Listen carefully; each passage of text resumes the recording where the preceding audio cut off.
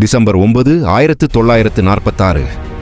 இந்திய வரலாற்றில் ஒரு சாதாரண நாள் அல்ல. ஒரு நாட்டின் எதிர்காலம் எழுதத் தொடங்கிய முதல் நொடி.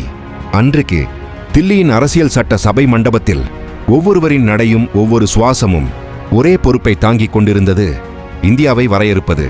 அந்த மண்டபத்தில் காற்றே மாறியிருந்தது.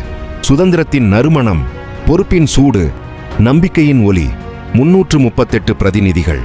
பிராந்தியம், மொழி, மதம், பின்னணி எதுவாக இருந்தாலும் ஒரே கனவுக்காக கூடினார்கள்: இந்தியாவுக்கு, அதன் மக்களுக்காக ஒரு அரசியல் அமைப்பு சட்டம் உருவாக்க வேண்டும். அந்த முதல் நாள் நமது ஜனநாயகத்தின் முதற் துடிப்பு, நமது உரிமைகளின் முதல் வரைவு, நாட்டின் ஆன்மாவுக்கு எழுதப்பட்ட முதல் வரிகள். இன்று டிசம்பர் 9 நினைவு கூறும் போது ஒரு உணர்வு மட்டுமே மனதில் நிற்கிறது: நாம் இன்று சுதந்திரமாக பேசுகிறோம், நாம் இன்று சுதந்திரமாக வாழ்கிறோம் என்றால் அந்த நாள் அவர்கள் தொடங்கி வைத்த பாதை இன்னும் நம்மை வழிநடத்திக் கொண்டிருக்கிறது. வாழ்க பாரதம்!